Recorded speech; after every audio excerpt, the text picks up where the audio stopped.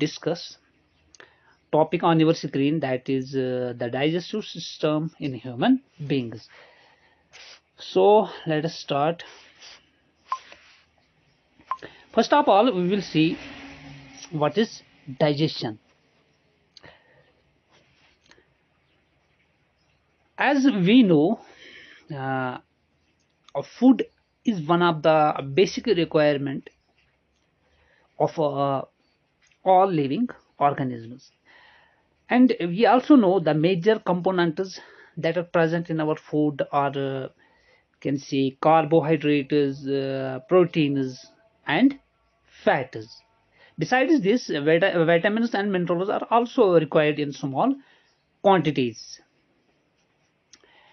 And also, we know that food provides energy and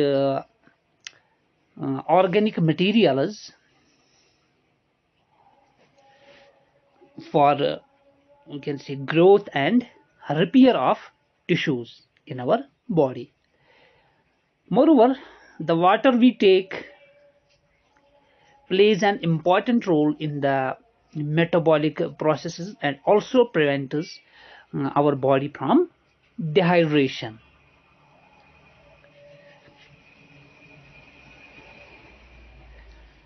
Bio macromolecules, that is the proteins, nucleic acids, or polysaccharides and lipids in food, we cannot use they cannot be utilized by our body in their we can say original form. They have to be broken down and converted into simple substances in the digestive system. So uh, the process of conversion of complex food substances to simple, we can say absorbable form, is called digestion, and is carried out by our digestive system by mechanical and both mechanical and biochemical methods. Let us see the organ that are involved in this process of digestion. It is the simple diagram of digestive system that is present in our body. It starts from mouth and ends at anus. First, digestion starts from mouth, then esophagus, then stomach, also the major role of liver, then it goes to the small intestines, then to the large intestines. So the all process of digestion is carried out, we can say, alimentary canal. Let us see one by one. First of all, we see the process of digestion in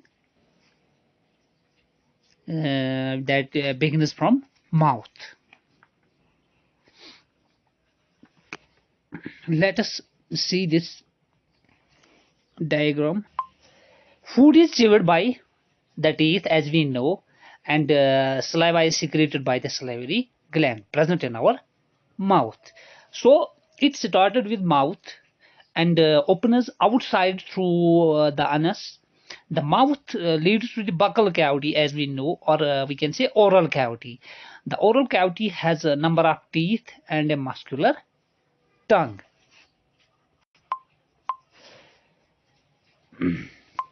After that, the next slide, we will see what happens in esophagus. Esophagus is a muscular tube that connects mouth to the stomach.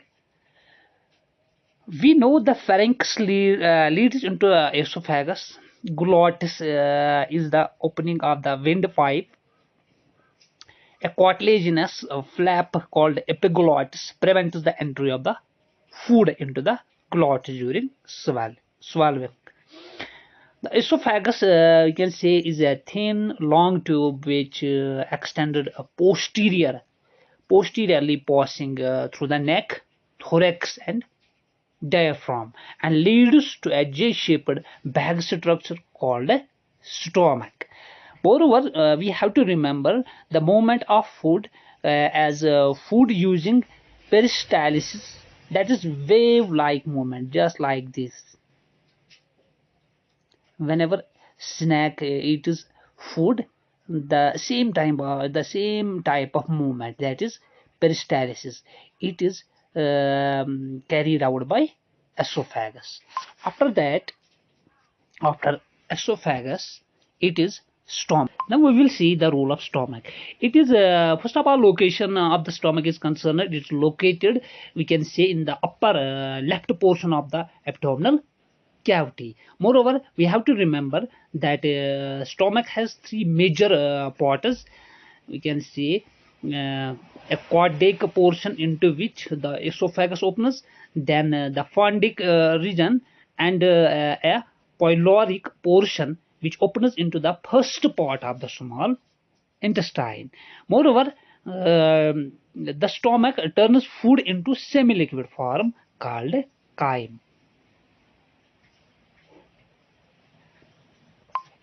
After stomach, it is the small intestine, the role of small intestine.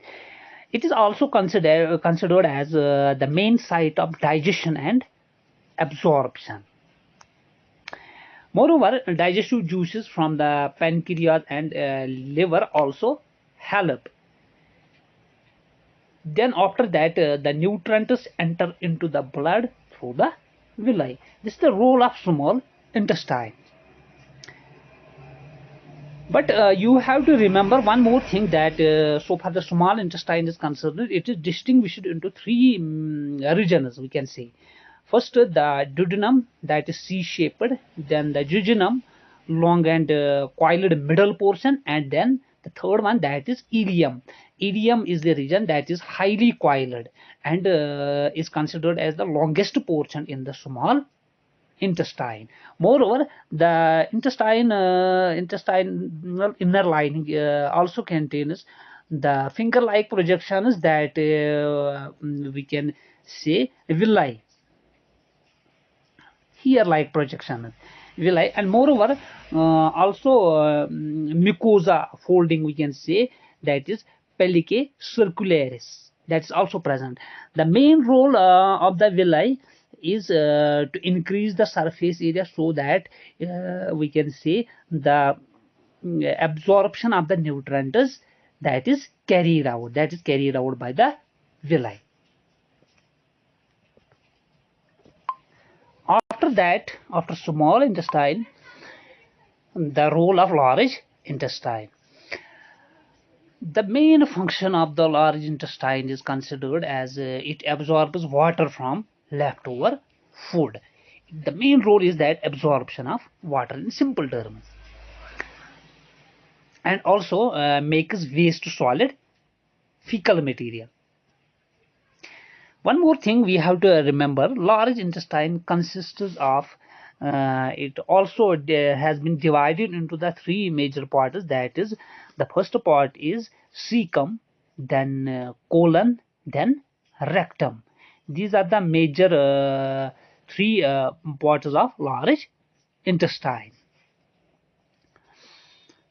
So far the cecum is concerned, it is a small sac which hosts some symbiotic microorganisms.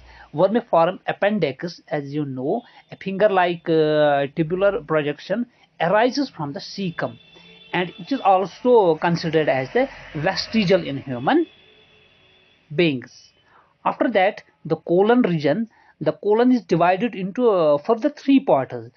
We can say ascending, transverse, and descending part. After that, the third one, that is rectum. Rectum is the last part of the alimentary canal. It is the storage site for fecal material. It was all about the human digestive system. Thanks.